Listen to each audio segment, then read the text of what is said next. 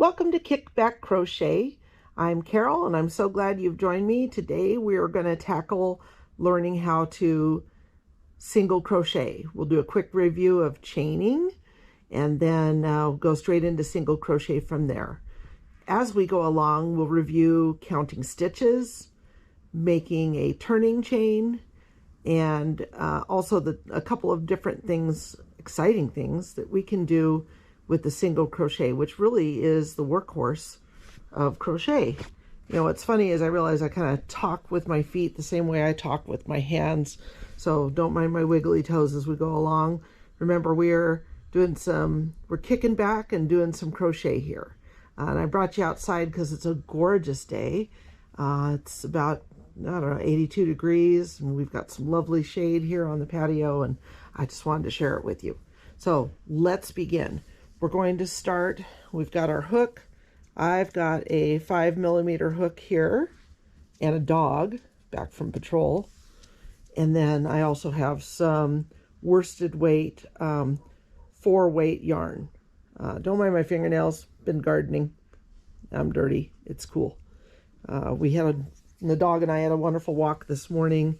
She's getting up there in age. She's about 15 years old and a little gimpy, and you know, sometimes I'm a little gimpy too, but we go for a walk, we have a good time.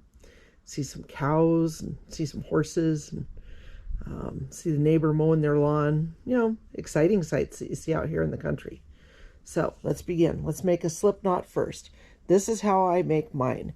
Now for me, my right hand is my dominant hand. My left hand is my non-dominant hand. This is yarn. Okay, so to start out my slip knot, this is how I make it. There are other methods, but this works for me. I lay the yarn over my index finger, wrap it around. So now I've got it looped like this. And now I'm just going to tuck that yarn through, make myself a little yarn pretzel. And I've got a loop now, so I'm going to remove it from my finger, and it's kind of cute. Looks like a 10-gallon cowboy hat. Yeehaw, partners. So now I've got that loop. I'm going to insert the tip of my hook into that loop and tighten. And now I have a slip knot that can be adjusted. I can make it tight, or I can make it loose. I said I can make it loose. I'm going to make it a little bit about this length because I want this chain to be easy to insert back into when we get ready to end our first row of double crochet. So again, a little faster, quick review of the slip knot, wrap it around, push it through, pull it off, cowboy hat, insert your hook, and ta-da, we have a slip knot. And we are now ready to begin chaining. So I've got the yarn looped over this pinky finger. I'm just going to lace it through. This is how I learned to hold tension. All right, lace it through. And this makes the tension similar to the tension on a sewing machine that holds the thread not too tight, not too loose, just Goldilocks just right. Now, the other thing I'm going to show you is how I hold the hook. Now, people hold hooks differently. I have a friend who holds it, I can't even duplicate how she holds it, but she holds it tip pointed down. I hold mine more like a knife if you were using your knife and fork to eat at the table. You'll find what's comfortable for you. Or maybe somebody long ago taught you how to hold a hook, and that's how you do it. This is how I happen to do it. So this is an ergonomic hook. It's got a thumb rest spot here. And then, so my thumb's going to go there. And then I leave my index finger free to engage in shenanigans, like holding this loop on the hook. So I tend to use these fingers, my middle fingers, more for holding on. So the middle finger and the ring finger, or the third and the fourth finger, if you really want to get technical. And then I just kind of let the pinky just hang out like, hey, dude. Yeah, hanging loose. So, and hanging loose is an important thing to get as soon as we can in crochet, because the more tense we are, the less fun we're having and the harder this is. There should not really be anything too hard about crochet. The yarn should slide and move. We should slide and move, and it should be a nice harmonious experience. So, are you ready? I'm ready. Let's do it. Let's do some chaining. So to chain, I'm going to yarn over, or you might think as the hook going under and the yarn going over. I'm now going to hold on to this knot with my middle finger and thumb of my non-dominant hand, and I'm going to use this hook to gently glide that yarn through that first loop we made, and we have made one chain. We're going to do it again. And again, I'm keeping it loose because it'll be easier to get my single crochet stitches into it. So here we go. We're going to chain again. And one thing I do, and I don't even know when I figured this out or if it's even a thing, but it works for me, is while I have this stable and this kind of on pause, I'm going to put down my thumb, my middle finger of my non-dominant hand into the chain I just made. That seems to keep it from twisting as I go. So I kind of just march along right with it. Sometimes I'll go a couple and then move it up. I'm like, feeling like I'm getting a little out of control. I think I'll get back closer to my work again. So we now have, let's review counting. And then we'll talk about the anatomy of our chain. So we have this little knot at the end does not count as a chain. So we have 1, 2, 3, 4, 5, 6, 7, 8, 9 chains. This loop doesn't count as a chain, only the completed chains. Now you'll notice that we have little V shapes on the front, what's called the front of our chain, but we have a third loop in the chain, and it's called the back loop. And it looks a little bit as though you were running a ribbon through metal chain. You'll notice that if you put it sideways to look at it in profile, these back loops stand up a little bit like, oh, I don't know, dragon scales? Loch Ness Monster. So these sometimes will be the loops you go into if you're starting a project that calls for that. So just remember that this is the back loop, dragon, and then you have two front loops. This is usually known as the top loop. I think this is called the bottom loop, but honestly, it doesn't play much of a role that we're stitching into. Most people don't crochet upside down. We're usually the top loop here and or the back loop are our action loops. So let's continue on. We're going to go to 15 chains. We had 9, 10, 11, 12, 13, 14. We want to make a 14 stitch wide sample. So 15. That 15th chain will form half of our first double crochet stitch. So meet you back up in a second. All right, welcome back. Let's get started doing some single crochet. So again, this is our 15th chain, and this is our second chain on the hook. We're not going to try to chain directly into this one. It would just undo that chain. Instead, we'll we'll stitch into the second chain on the hook.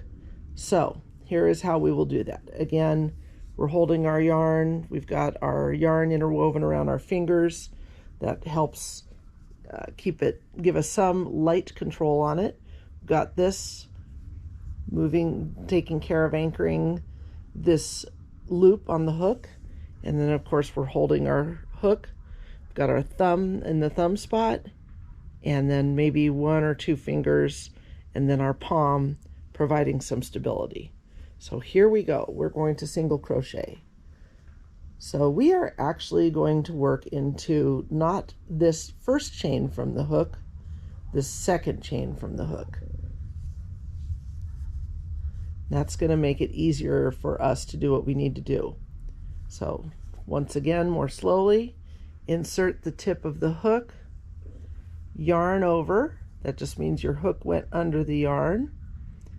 This hook will then latch onto the yarn and help us with pulling it through. So we're going to yarn over and then we're going to pull through that chain that we just went into. Excuse me, I have to slap a bug real quick. Ha, got it. All right, and then we have 2 loops on the hook. Now we will reach out for our yarn again. We're going to yarn over, and we're going to rotate and turn the hook side down, pull gently through the 2 loops on our hook. Congratulations, team, we have made a single crochet. Let's go do it again. Again, slowly. Again, we still have our index finger, keeping control, but it's nice and loose so that we're not getting our tension too tight. So now we're going to insert that hook in the chain, yarn over, latch onto our yarn and pull it through that first loop. And now we have 2 loops on our hook. Now we're going to yarn over, latch on, turn, and draw or gently pull it through. I hate using the term pull because it makes it sound like it's a tug-of-war. I think of drawing or bringing the yarn through the loop. I know it's semantics, but works for me. Let's do it once more together. Insert our hook into the next chain on the hook. Now when I say next chain, notice that our V from our single crochet we just did is right here, wrapped around the other hook. Another bug. Confirm kills too. Now this stitch is already used up, so we don't want to go into here again at this moment. We will later. I'll show you some cool tricks. Now we're just doing regular old single crochet, 1 stitch per chain. So we go into the next chain on our hook, yarn over, pull through, and then one thing I haven't mentioned is, what are my thumb and my middle finger of my non-dominant hand doing? Well, again, they're helping us keep uniform, easy loop height, so we're not crocheting too tightly, and just helping to stabilize the works. Look at that. Look at that control. Woo, woo. Okay, so now, again, we're halfway through this single crochet. I'm going to reset here so we can see the whole thing without that interruption. So insert our hook, yarn over, pull through. 2 are on the hook, pull through. And then one more time. Where are we? Yeah. Are we skipping it? Yeah, this is the next one. Okay, and there we are. So I'll meet you up at the end of this row and we'll talk about how to finish this first row of single crochet. Okay, let's get ready to do some single crochet. So I have 15 chains on the hook and we're ready to rumble here. So I'm not going to try to go into that first chain because it's part of the chain I'm currently on. I'm holding the body of the chain with my middle finger and my thumb, just as I was doing as we were creating the chain, and I'm going to prepare to go into the second chain on the hook. This is my first chain, this is the second chain, so let's do it. Going in, we're going to insert the hook just like that. We've got this top loop, we're going to insert. Now we're going to yarn over. I think of it as just laying the yarn over the hook. We're going to use the hook now to help draw the yarn through this first loop right here. So let's do it. We're going to rotate downward slightly, almost kind of at an 45-degree angle really, and you pull it or draw it gently into that chain. And now we have 2 loops on the hook. We're halfway done with our first single crochet. So now we're going to yarn over again, draw the yarn through both loops on the hook, and we've made our first single crochet stitch. Now, the V's of this stitch are already occupying this chain, so because we're going along and just doing 1 stitch per chain, we're not going to go into this chain again. We're going to advance to the next stitch, the next chain. Sorry, bugs. We're going to advance into the next chain. We're going to insert our hook, yarn over, draw that first loop back through the chain, and now we have 2 loops on the hook, yarn over and gently draw through both. Remember, we're going to use this middle finger and our thumb of our non-dominant hand to keep our work stable. Our palm helps keep the control over the hook, kind of lays right in that little groove between the 5th finger or pinky and the palm of our hand, and that helps us just stay nicely controlling. So we're going to insert our hook again in the next chain, yarn over and pull through that chain. We have 2 loops on the hook. We're going to yarn over and pull through both those loops. One more together, and then we'll meet up again at the end of the row so I can talk about how we finished the first row. Great job, everybody. All right, we're back. Now, we are ready to finish this first row. We have 2 chains remaining, 1 and 2. We won't be chaining into this knot. This knot is actually provides the starting point for our chain, so we're going to leave it alone. It actually helps hold the whole works together. So are we ready? Now here's how we're going to finish. We're going to stitch just as we have done before. Insert into the chain, yarn over and pull through. There are 2 on our hook. Yarn over, pull through 2. And then to finish, we're going to insert into this final chain. See, the next thing we bump up against is our knot. See the knot there? So we've inserted into that chain, yarn over, pull through, and then yarn over and pull through both loops. And there we are. Now, if we want to kind of snug up that stitch so that it doesn't have a big gap between it, we can do that, again, controlling all the parts together. And now we can take a moment and admire our first row of single crochet. So let's talk about how we would count stitches and what we're going to look at, because this will become important so you can have work that has nice even edges. So let's look at the top of our stitches. They look just like our chain, only going in the other direction. So let's count stitches and see how we did. So this loop doesn't count, but this is our final stitch of the row. So we're going to count it from this direction to the beginning of the row. 1. I found that counting by just squeezing both sides of the loop works best. Some people will take and use their hook and count. You'll find the method that works well for you, but no matter what, make sure you're counting. Otherwise, when you start to make that blanket or sweater or maybe some amigurumi toys, you're going to get disappointed. So counting, get good at counting because you'll do a lot of it. In a later video, we will talk about ways to minimize how much counting we have to do. But let's work on the basics here. So final stitch in the row, 1, 2, 3, 4, 5, 6, 7, 8, 9, 10, 11, 12, 13, and 14. Remember, we chained 15 with the intention of making a 14 stitch row. So we've achieved that. This odd little part here is not a stitch. It is actually like a chain 1. And it is a chain 1 because it was that 15th chain in our original chain row. So we don't count that. Look for the first V. Think V for victory. Yay, we're winners. We were victorious. We did a whole row of single crochet, and we're continuing on our crochet journey.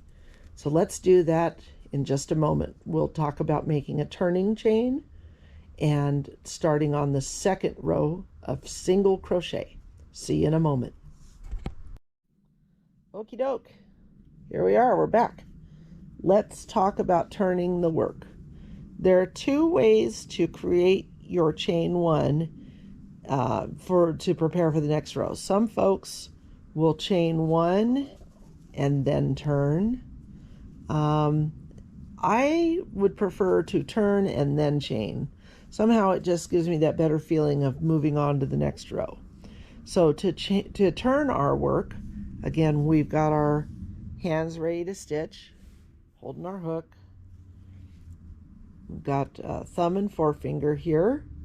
You don't have to worry about holding that unless you really want to. So now we're going to turn our work. So we'll turn the tail of our work. Well, it's not really the tail. I guess our completed row, will turn it clockwise towards us. And there we are. We've turned our work.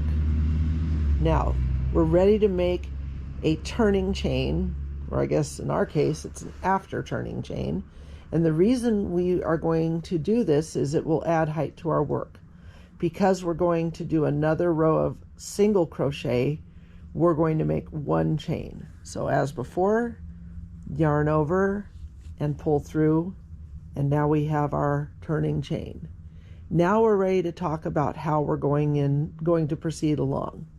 So we're not going to go into this first stitch, this first V. We're going to skip to this second stitch, because this turning chain is going to lay over and become our first single crochet of the second row when we're done making our first true stitch in the row.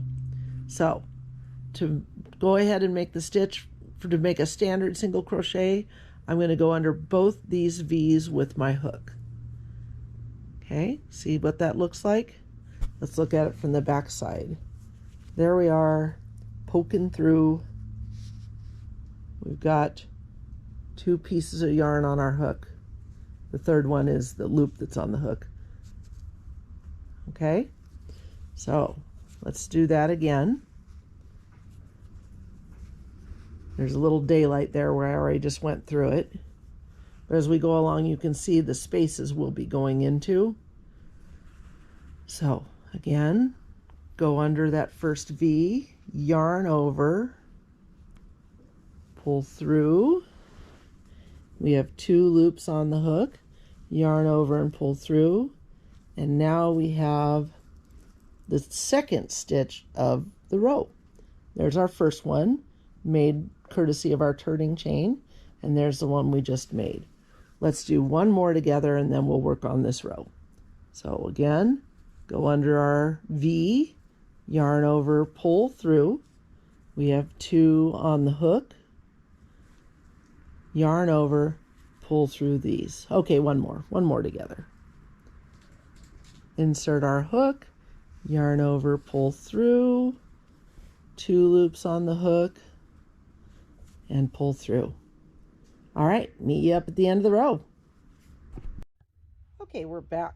We should have 12 completed stitches. Let's count them together to make sure. So, working backwards from the stitch I just completed, because the reason we should have 12 is, remember, we're going to do two more together to turn this end of this row. Okay, so that's why 12 and not 14.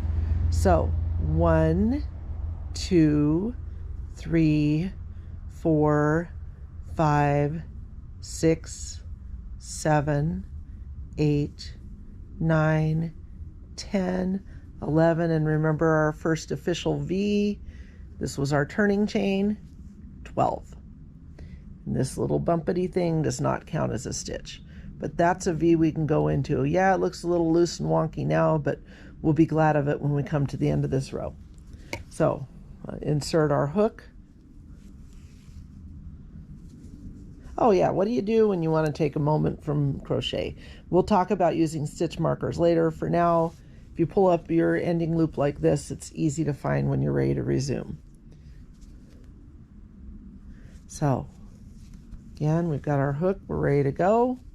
Where we've got our destination stitches, the second to last in the row, and then the last one, which was our turning chain of the prior row. So go into this V, yarn over and pull through, 2 on the hook, yarn over, pull through, and ready to make that last stitch. Again, might have a little bit of a battle this time because we tensed up some, so now we got to find it. Where is it? Where did my stitch go? Why can't I find it? All right, we're just gonna have to go blindly here and hope for the best. So in we go, pulling through. All right, turder. So there we are, 14 stitches. Okay, let's do one more so we can talk about what our edges should look like, and then we'll move on to some fun stuff. So let's do one more turn together, and then you're going to do a couple on your own. We'll meet a few rows from now.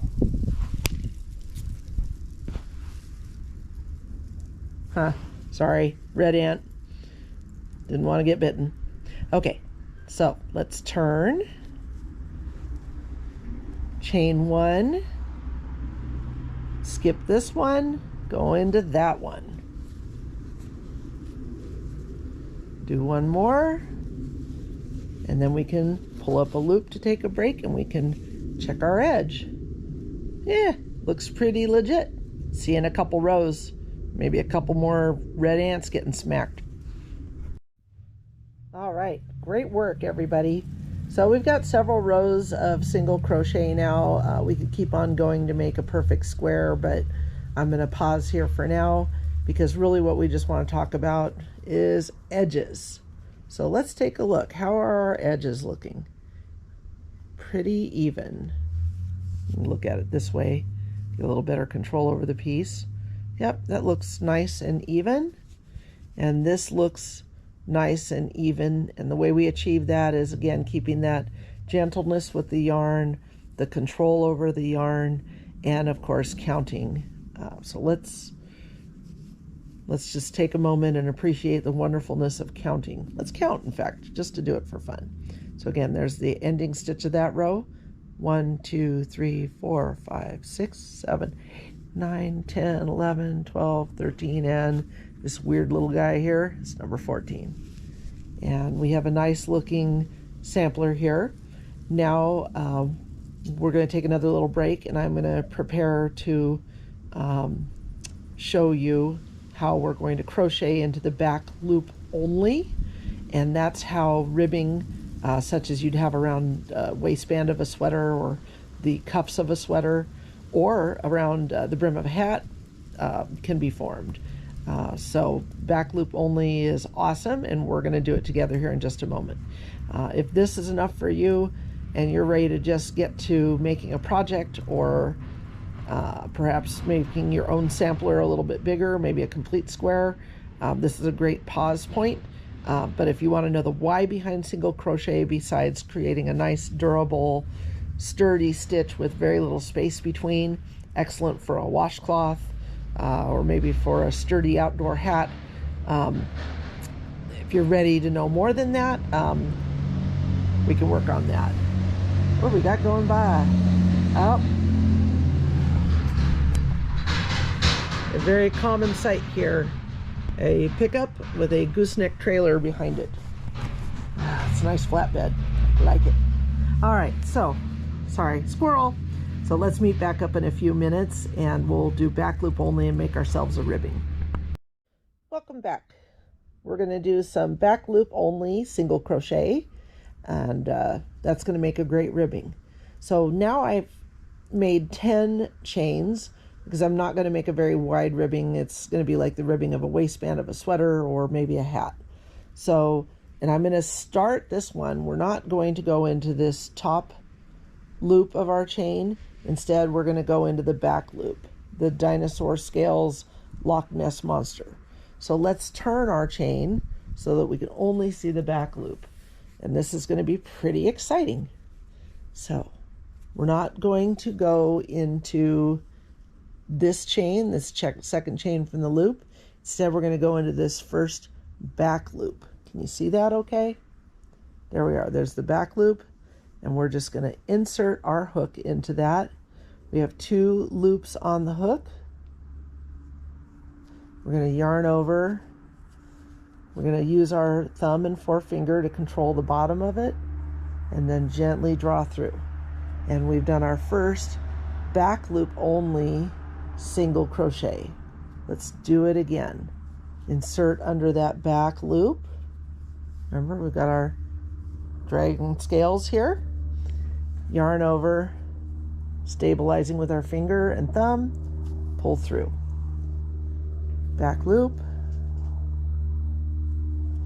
insert, yarn over, pull through 2 to finish the stitch. All right, I'm going to finish up and then I'll meet you back at the end of the row so we can talk about next steps. So here we are. We have finished our second row of back loop only single crochet. We have 8 stitches. 1, 2, 3, 4, 5, 6, 7, and our little friend 8 there at the end. And now you'll notice we've got this little ridge that's formed, and that will be our one valley. I like to think of it as one valley of our ribbing. So there's a ridge and a corresponding valley or ditch on the other side. So we're going to make one more turn together, and then we'll do a few rows of this and meet back up and see how we did. So we're going to turn our work, chain 1 to add some height, skip this first stitch and go into the back stitch, 2 on the hook, pull through, 2 on the hook, pull through. Let's do a few more rows of this and we'll meet up in a moment and see what we got. All right, we worked really hard on that. Check us out. We've got the beginning of a lovely ribbing for the brim of our hat or our sweater waistband. Notice that it stretches and springs back into its regular shape. This is the back side or the wrong side of the ribbing. Maybe that's the right side. I lost track. Anyway, it looks pretty much the same on both sides. I'm pretty sure that's the right side, but isn't that pretty? And it will spring and keep it shaped nicely, and it's just a great way to trim things. We've made a couple of rows of single crochet, and now we're going to show what it looks like when we reverse direction. So instead of turning clockwise towards us as we've been doing, we're instead going to flip a complete 180, and we're going to turn counterclockwise. Yarn over and make a chain 1, and now we're going to slip into that first stitch there. We're going to make another stitch, and where this is handy, this reverse direction or 180 degree turn and then going back the other way in single crochet, is this can make a nice border on a blanket, or it can do enough rows of it. It can be a brim of a hat, sort of stand out in relief. I'll give you a picture of a detail of a hat I made that uses this technique so you can see how it turns out. For now though, let's do a couple rows of this and see what we get and compare our work after doing a few rows of this reverse single crochet. Well, I guess it would only be fair to work to the end of this row and talk about how we turn, because we'll be doing that 180 degree turn yet again. We're going to reverse on our reversal. It's going to be pretty crazy. So again, instead of turning this way, we're going to flip a complete 180 degrees, chain 1, and continue going. So let's do a few rows of this and see what we get when we meet back up. All right, so I worked 3 rows of this reverse single crochet. You can see a definite difference in texture on the right side of the fabric, and you can see it on the wrong side of the fabric as well. So I would say that if you really wanted to get a dramatic difference, is you would actually turn your work, a hat or what have you, inside out, and then you would turn and be working this as the right side out eventually, but it would be the wrong side of what you were stitching. So either way though, you get a definite difference in elevation, and you could actually work alternate rows of this if you wanted to get some nice texture without having to really change your stitch. So those are just a couple of magical things that can be done with single crochet. I hope you've enjoyed this video. If you have, please give it a like and also subscribe for more content and more lessons. And I hope that you have an amazing day, and keep looking for the sunshine. Thanks, and I appreciate you watching.